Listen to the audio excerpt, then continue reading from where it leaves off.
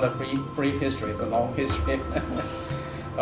We started, the medical professionals started to concern about the hazards of asbestos back in 1984. So they have been pressing the government to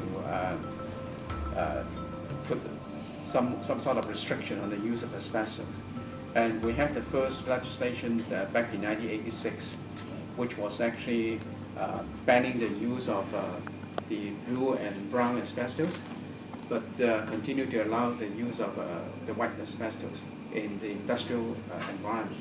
And then 10 years later, in 1996, the Environmental Protection Department put in a new legislation forbidding the import and use, but continue to allow the use of the white asbestos.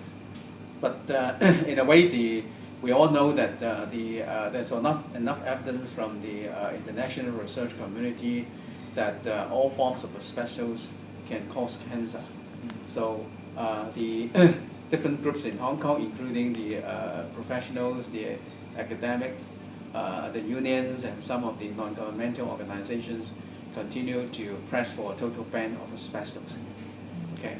The government eventually decided to start the process back in 2011, and then the bill was passed late 2013, and then was implemented in April this year.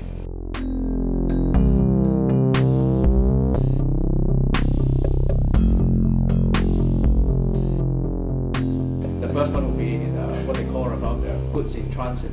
Okay, but the other one is a little bit absurd. It's basically exempted from being used in proprietary Chinese medicine. And we know that a form of asbestos called actinolite is being used in certain Chinese proprietary Chinese medicine that are used for impotency and erectile dysfunction. But the argument initially given by the government is that there is not enough evidence that swallowing asbestos is carcinogenic, causes cancer. But then the problem is that people have to handle the medicine, and these people are at risk because they are not swallowing. They are at risk of inhaling or breathing in the dust, and also on the disposal of the medicine, especially after the expiring date.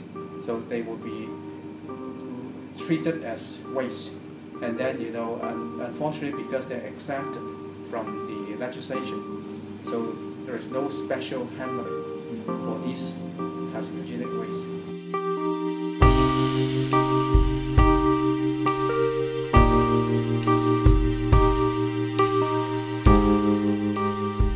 Of course, the new legislation actually talked about banning asbestos import, use, sale, and so on.